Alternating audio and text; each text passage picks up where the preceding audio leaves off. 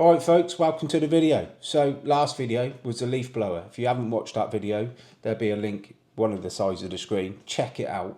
But in the words of Conor McGregor, I'd like to take this chance to apologise to absolutely nobody. No, but seriously lads, there was a bit of a backlash. Backlash is probably a bit strong in all honesty, but some back and forth, some comments and some, not derogatory, again it's a bit strong I suppose, but a little bit of back and forth on certain people about the use of a leaf blower, which I find astonishing, to be perfectly honest. I mean, surely we're all in this game to do as much work as possible and get it to the highest quality standard as possible. Surely that is the name of the game. Now, I think there's this sort of perception that maybe I'm up for, jet washing cavities and leaf blowing cavities but pointing both sides of the brickwork and things like that. So I'm not necessarily in agreement with the way the industry is shifting, and I do agree with pretty much everyone, particularly in brickwork, that it's becoming harder and harder. But my simple thought process with the leaf blower was it's just quicker, easier and simpler. And people were implying in the comments that the trays don't have to be super clean, and you can't, some water is acceptable and some water isn't acceptable, and why do you need to go to that extent? You don't need to eat your dinner off them.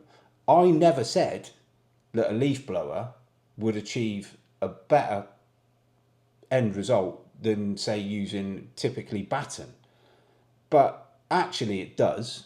And if you don't believe me, get yourself a leaf blower. But it's also quicker. And it's just so much easier. And there's this resistance I found, just in particular because it's a leaf blower. And I know it sounds ridiculous. And when I heard about it, I thought, that's just absolutely ridiculous. No way am I ever going to ask anyone to get a leaf blower. And then I see it in action, and I thought, wow, it's actually a game changer, and it is actually quicker, and it's simpler, and it's easier. You can just give the tray a tap, get your leaf blower in there, and just hose it out. It's really that simple. Previously we've had trays that have been ripped when they've been banging them and trying to get the mortar out, and sometimes trays can be tricky. You've got the upturn on the air bricks, which are trays relatively short. So these hard to reach areas, the leaf blower really is a no-brainer. So I'm not trying to imply that we need to go to the extent that some of the things I've seen on TikTok, Instagram, Snapchat, YouTube, etc. I do think some of them are getting a little bit ridiculous. But in particular, if you have a tray round at, say, ground level with a radon barrier, or you have a tray maybe round a block of flats, then that's when a leaf blower really comes into its own and is really good. There was a few comments about materials and quality of materials, and again, I do agree with that. But from my point of view, and I'm not saying it's right, but what I'm trying to explain to people is you could build a house out of bricks that cost £1 each, and you could build a house out of bricks that cost 50p each, and the end value is still going to be the same. There is certain cases and certain situations where you're going to need to go to town on the materials. In certain areas you might need to use a natural stone, or a handmade brick, or go to the higher end of a brick. But from when I was building my house, there was a lovely brick that I wanted to use. It was about £1 a brick, and on average a house has got about 10,000 bricks in it, and I could get the bricks for 50p a brick. Okay, they're not as good, they're not as nice, they're slightly smaller, but on the whole I would have saved myself half of the build costs. So it's not that these house builders are being tight, it's just that you don't sometimes get the return on investment for the money you spend out. So it's actually a no-brainer. It's more the storage of the materials, I think, is more important than the actual materials. Don't get me wrong, I say it all the time, a brick is just not a brick. Some are nice to lay, some are hard to lay, etc, etc. We all know that. So I do think the industry is going in a positive way.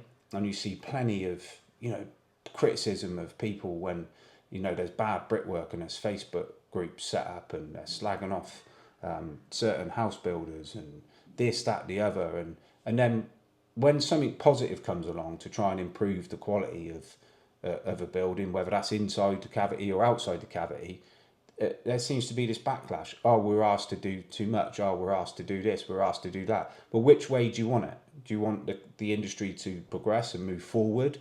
Or do you want it to just be static and just stationary and no advancement whatsoever? And I hear all this talk about mortar on the trays, and there is an upstand on the tray. A minimum upstand has to be achieved on a tray across an opening, or you have to put another tray above it. But people need to understand is how do you define an acceptable level of mortar in the tray? Do you, a little bit, not above the upstand? So that's why NHBC say trays need to be clean and free from mortar. They can't define it any other way. So you'd think that logic would apply and common sense would apply, but there has to be a set definition for all the inspectors to work to. And you should find it consistent across the board. We, in all honesty, we do find it fairly consistent. We NHBC inspectors normally score us for the same things and RI for the same thing, fairly consistent. So I can't really say they're not. In our area, that is, we're in the southwest. So don't think for 1 minute that I'm trying to push everyone into leaf blowers and pointing the, you know, back of the brickwork and, you know, both sets of block work. But in reality, it takes you 30 seconds. And this is the way the industry is going. You know, they don't want hungry joints. They don't want holes in the block work. These houses have to pass air tests. I'm about to air test my house on Monday. It needs to pass an air test. I need to pass an air test to get the SAP calculation, to get the EPC. So it's not just because people are going around thinking, oh, tell you what, let's make it more difficult. So unfortunately, I've lost a few subscribers. I've probably lost more subscribers from this one video than I have in the history of my YouTube channel. But that's the name of the game. I don't like to sit on the fence. I like to be one side of it. And if people are going to disagree and it's going to get us talking about, you know, different procedures and things we can do to improve things, then so be it. So please, you know, get back on and subscribe, because there's some good content on here, some useful content.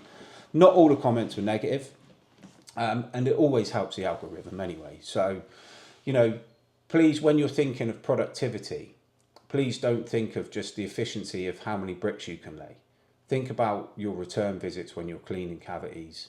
And leaf blowers really should be the last resort. You should have cavity battens in, you should raise them up as you go, you should try and keep your trays clear from mortar anyway. You should be scraping at the back of your brick and making sure your joints are all full. So really, there shouldn't be a huge amount of mortar in the tray if you follow the steps to prevent it in the first place. Prevention is better than cure, as they say. So that's just my thoughts on things. So apologies if I've upset anyone, but honestly, give yourself a go with a leaf blower. I might even do a raffle with a leaf blower. I wonder how many people will take it up. Talking about raffles, I did put up a poll on my community page about doing a raffle, so I'm going to do a raffle. The number one vote was for a laser level, but I'm not sure what sort of laser level you mean. Do you mean the proper laser level you can use for setting out foundations and concrete and, you know, block and beam and whatever, or do you mean the little laser levels that line things in and a bit smaller? But let me know, because I'm going to do a raffle and see how it goes. So if you want to see anything else in the raffle, comment below. And also, for those that have got leaf blowers, good lads, hashtag leaf blowers. So that's it anyway. Just wanted to jump on and catch up with the last one. So thanks for watching. Please like, comment and subscribe, and I'll see you next time round.